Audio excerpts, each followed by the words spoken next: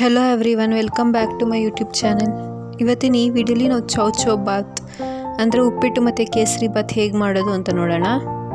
ಅದಕ್ಕೂ ಮುಂಚೆ ನೀವು ನಮ್ಮ ಚಾನಲ್ ಸಬ್ಸ್ಕ್ರೈಬ್ ಮಾಡ್ಕೊಳ್ಳಿಲ್ಲ ಅಂದರೆ ಸಬ್ಸ್ಕ್ರೈಬ್ ಮಾಡ್ಕೊಳ್ಳಿ. ಮೊದಲಿಗೆ ಉಪ್ಪಿಟ್ಟು ಹೇಗೆ ಮಾಡೋದು ಅಂತ ನೋಡೋಣ. ಉಪ್ಪಿಟ್ಟು ಮಾಡೋಕ್ಕೆ ಬೇಕಾಗಿರೋ ಪದಾರ್ಥಗಳು: ಸಾಸಿವೆ, ಕಡಲೆಬೇಳೆ ಮತ್ತು ಉದ್ದಿನಬೇಳೆ, ಕರ್ಬೇವಿನ ಸೊಪ್ಪು, ಹಸಿಮೆಣಸಿನ್ಕಾಯಿ, ಈರುಳ್ಳಿ, ಟೊಮ್ಯಾಟೊ, ಕೊತ್ತಂಬರಿ, ರುಚಿಗೆ ತಕ್ಕಷ್ಟು ಉಪ್ಪು, ರವೆ ಮತ್ತು ಎಣ್ಣೆ. ಉಪ್ಪಿಟ್ಟು ಮಾಡೋಕ್ಕೆ ಬಂದು ಬಾಣಲಿಗೆ ರವೆ ಹಾಗೂ ಎಣ್ಣೆ ಸೇರಿಸ್ಕೊಂಡು ಚೆನ್ನಾಗಿ ಹುರ್ಕೋಬೇಕು.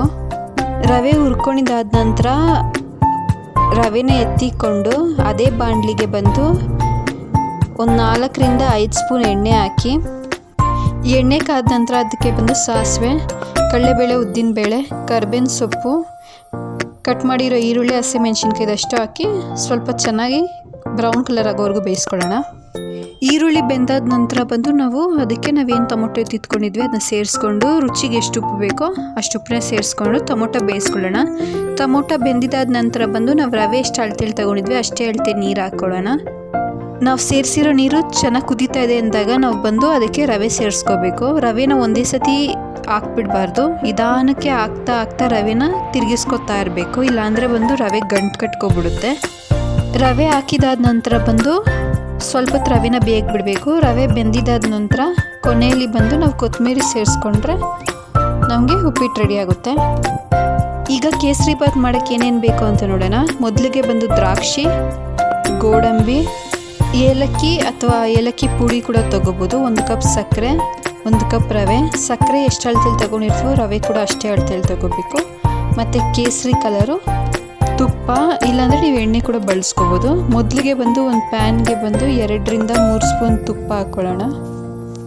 ತುಪ್ಪ ಕಾದ ನಂತರ ನಾವೇನು ಗೋಡಂಬಿ ದ್ರಾಕ್ಷಿ ಅಂತ ಇಟ್ಕೊಂಡಿದ್ವಿ ಅದನ್ನ ಒಂದೊಂದೇ ಹಾಕಿ ಹುರ್ಕೊಳ್ಳೋಣ. ಸ್ವಲ್ಪ ಹೊತ್ತು ಫಸ್ಟು ಗೋಡಂಬಿ ಹಾಕಿ ಹುರ್ಕೊಂಡು ಸ್ವಲ್ಪ ಗೋಡಂಬಿ ಹುರಿದಿದ್ದಾದ ನಂತರ ಅದಕ್ಕೆ ದ್ರಾಕ್ಷಿ ಕೂಡ ಸೇರಿಸ್ಕೊಂಡು ಹುರ್ಕೊಳ್ಳೋಣ. ಗೋಡಂಬಿ ಮತ್ತು ದ್ರಾಕ್ಷಿ ಹುರ್ಕೊಂಡಿದ್ದಾದ ನಂತರ ಎತ್ತಿಕೊಂಡಿದ್ದಾದ ನಂತರ ಅದೇ ಪ್ಯಾನ್ಗೆ ಬಂದು ನಮ್ಗೆ ಎಷ್ಟು ಎಣ್ಣೆ ಬೇಕೋ ಅಷ್ಟು ಎಣ್ಣೆ ಹಾಕಿ ನಾವೇನು ರವೆ ಎತ್ತಿಕೊಂಡಿದ್ವಿ ಅದನ್ನ ಸೇರಿಸ್ಕೊಂಡು ರವೆನ ಚೆನ್ನಾಗಿ ಹುರ್ಕೊಳ್ಳೋಣ.